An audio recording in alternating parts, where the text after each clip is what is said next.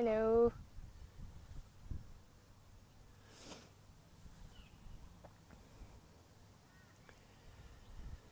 Oh, it's so nice to be outside. I love this little space here. Under the tree, by the water. I wanted to talk today about, hoping that's not too windy. I wasn't going to do the live stream outside because it was windy, and then I'm like, no, I really want to do it outside today. So I wanted to talk about, how to hold space for someone when you're without being triggered, right? And it's kind of a follow-on from what I spoke about on Saturday and Friday on my live stream topic. So if you've been watching the last couple of live streams, then this is kind of a follow-on from that. And holding space for someone, without being triggered, takes some practice, and it's almost like there's a four stages to doing that and being able to do that. Yeah. So like holding space for someone, I'm just going to kind of define what that means even. So holding space for someone is kind of just allowing them to be and feel all the emotions that they are. Now, there's a fine line between abuse and holding space for somebody, and it's almost like, where's the definitive line? It's kind of like, it feels like there's no... It's a catch-22 saying what I'm saying. It feels like there's no kind of definitive line, but I guess that there is at the same time, right? And where that definitive line is kind of really depends on you as a person, your situation, and all of the above, right? So holding space for someone is just allowing them to express themselves, their complete selves, whilst you accept them, yeah? And without giving advice, without changing them, without saying they need to do this, or, it's literally holding space for them to express their complete being, right? Now, holding space for somebody without being triggered, I guess holding space, another word for holding space could be listening, right? Because so much of human nature and human society is to, what is that saying? It's like, we don't listen to listen, we listen to respond or something, that one. It's like, we're not really listening, we're like waiting to have a break so that we can say our piece sort of thing, right? So holding space is in essence listening to somebody. So the holding space without being triggered is a 4 kind of part process, I guess. I don't know if part or stages would be the thing, but being able to hold space for someone regardless is simply to be able to it takes, I guess, it's practice and, depending on where you are on the particular day as well, self-care, where you are as a person emotionally on any particular day, taking care of yourself, all that sort of thing, they all factor into whether you can hold space for someone without being triggered or not too, right? Plus, depending on how much kind of, inner work you've done on yourself, does play a big factor in, whether you can hold space for someone without being triggered. And the thing there is like, these 4 stages that I'm talking about. So stage 1 is like pretty much just not being able to hold space. So someone will say something or whatever and you'll instantly have a reaction. Now, it's not about, again, catch-22. Why do I always say these catch-22 things? It's kind of like, right? I think because I don't want to limit, what is possible, right? Because anything is possible. And I think that that's really important to keep in mind that, nothing is set in stone and you can change and evolve anything in any situation, right? Like nothing is set because you are setting your reality and your future right now, yeah? With limitless options, yeah? So this whole thing of like, being able to hold space for someone, the stage 1 or step 1, I guess, would be a space where you just can't hold space, where you instantly react and, I guess, fire back at them, right? And so, on those days, it could be that you are not as well cared for in yourself. Your self-care could be low. You could have other stuff going on and it just tips you over the edge. And then also, on a different kind of perspective, there might just not be a conscious awareness there to be able to hold space or even have a conversation or listen, yeah? So that's stage 1, is just not being able to hold space because you instantly react back, yeah?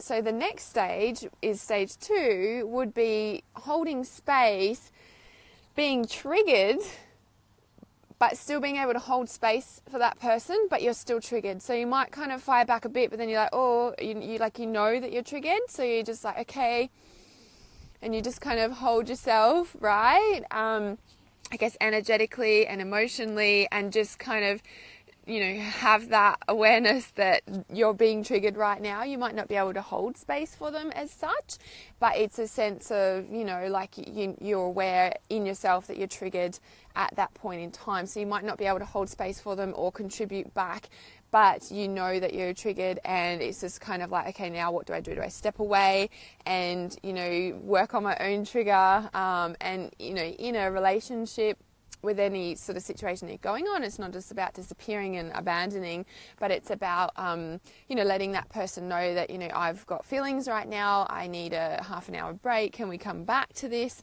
or that sort of thing, and then make sure you come back, right? So then the stage 3 of holding space for someone without being triggered would be at that point where you get triggered, okay, because ultimately we're humans and we're going to have reactions and we're going to get triggered. It just depends what we do with them, right? So these kind of 4 stages I'm going through will kind of show that. Now at this stage 3, it's like you get triggered, but you can still hold space for someone, and you can process your own trigger whilst holding space for someone, okay? Now it does take practice, discipline, takes a fair chunk of inner work to be able to know, like your different parts of yourself, so stepping into shadow work and, being able to, drop into what's going on inside you whilst still holding space for that person out there, and a big part of being able to hold space for anyone regardless, is that listening, right? Is knowing that whatever somebody else is saying about you or about a situation is completely their own process. Like, yeah, we're all intertwined and we're all connected, but ultimately we also are, we've all got our own bubbles of stuff going on, right? And we might get triggered by each other, but ultimately it stems from something back in our past. And when we can be aware of that for ourselves and for other people, it makes it easier to hold space for people and for ourselves when we need to, support ourselves in our own triggers, and knowing that we've just got stuff from the past that is, calling out to be looked at, I guess. I'm just going to move that out of the sun. The sun's moving as it does. So that's kind of like at that stage 3 of being able to hold space whilst processing your own trigger. Yeah. So it does come with practice and, being aware of, your own shadow parts and inner family and, all that sort of thing is where that kind of level drops into. And having that awareness of the detachment that, everyone's got their own stuff going on, right? The stage 4 of, how to hold space for someone, without being triggered. So if you've just jumped on the live stream, I'm seeing a few people jump on. You might want to watch the start of this because I'm going through 4 stages here of how to hold space with someone, for someone without being triggered. The stage 4 of holding space for someone without being triggered is pretty much that you don't get triggered. Now, going through those 4 stages, it can take any amount of time, right? I'm kind of talking in a consciousness stages, right? When we're talking about it, it's not like a timeline, or it's not a do this and then it'll be this and then it'll be this. It's more of a consciousness awareness, right? So at this stage 4 is that you just don't get triggered. Now, in saying that, it's kind of like it gets to a point where you've processed your own triggers, and whilst you might go, oh, but at the same time you're like, oh, yeah, I see what's going on here. Cool, right? And that's where that big air of detachment is, and, you know, knowing that everybody's got their own bubbles of stuff going on at the same time, and, you know, being able to, you know, hold space for that person. And then if you do get triggered, well, you can go and look at that. But when you are at stage 4 and you don't get triggered, you can hold space for some really heavy, dark, huge stuff only because you've embraced that within yourself. And if you're getting triggered by it, it just means that you need to love more dark parts of yourself, or more heavy parts of yourself, or more abusive parts of yourself, right? Now, as I said at the start, there's a fine line between holding space for somebody and abuse. And, you know, where that line is really dependent on your situation, on your self-care, on your awareness, on, you know, what you can do for holding space for yourself. Like, it's really individual. So, you know, like, no abuse is acceptable at all. But there is different, I guess, I don't know what the levels of tolerance, and I don't want you to take that in the wrong form. I guess I'm sharing it in a sense of like a conscious awareness of what the dark really is, and, you know, on a shadow perspective, and how much inner work you've done on yourself. Because, you know, the deeper and the darker you've dug within yourself, the more you can hold that for humanity in general. Yeah, you embrace it, you've transformed it, and you know, you don't get triggered by it, and you can hold people at it because you see straight through it, right? So these kind of 4 stages that I've been talking about, like I said, it's more of a consciousness, and I don't like saying levels of consciousness, but technically, you know, to explain it, it really is, to be able to hold space for people in their stuff when you know, especially when you're highly sensitive, especially when you know so much more is going on, and, you know, it kind of gets to a point, you know, in between kind of stage 2 and 3, where you might be getting triggered, and you might be moving into the stage 3 where, you know, you can process your own trigger whilst, you know, you're holding space for them, because you know, in your intuition, and you've done a lot of work, that you can see very clearly what's going on, and it's like pointless trying to explain it to somebody who doesn't get it, right? So, you know, being able to hold space for somebody, and have the levels of consciousness and awareness and compassion and love to just know that, like, no matter what you say, kind of won't change any situation.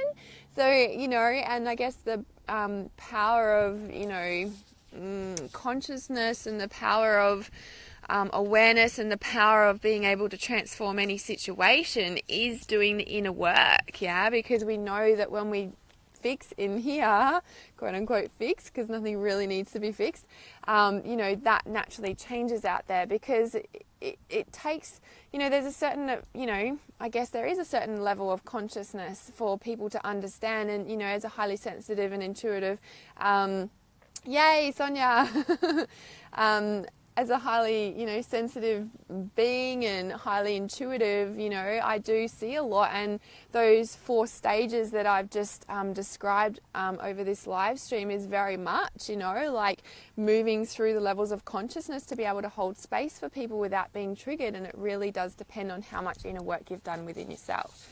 So I know a lot of you have just joined live, but I've just gone through the 4 stages of being able to hold space for someone without being triggered, so you might want to go and re-watch this. And I've pretty much said all I wanted to say about that. I really, it was really clear to just go through those 4 stages of being able to hold space for somebody. So I'm wondering if anybody has any questions today about this, or about anything in general, and I'll just wait for any yeses or nos. So glad I came outside to do this live stream. It's like, it's too windy, and I'm like, what about over at the water? I'll just give it a minute. I know it's a little bit delayed. And while I'm waiting for that to come through, I am teaching my first live stream yoga class tonight. Woohoo! At 6 p.m. Australian Eastern Time. So if you haven't already joined, that's through the Lightfield Yoga membership. I'll post the link in the comments so you can come in and join that. So with the Lightfield Yoga membership, basically you've got access to the specific crown chakra class that's all ready to go. Then every week I'm going to be doing a live stream yoga class just like I would teaching in person.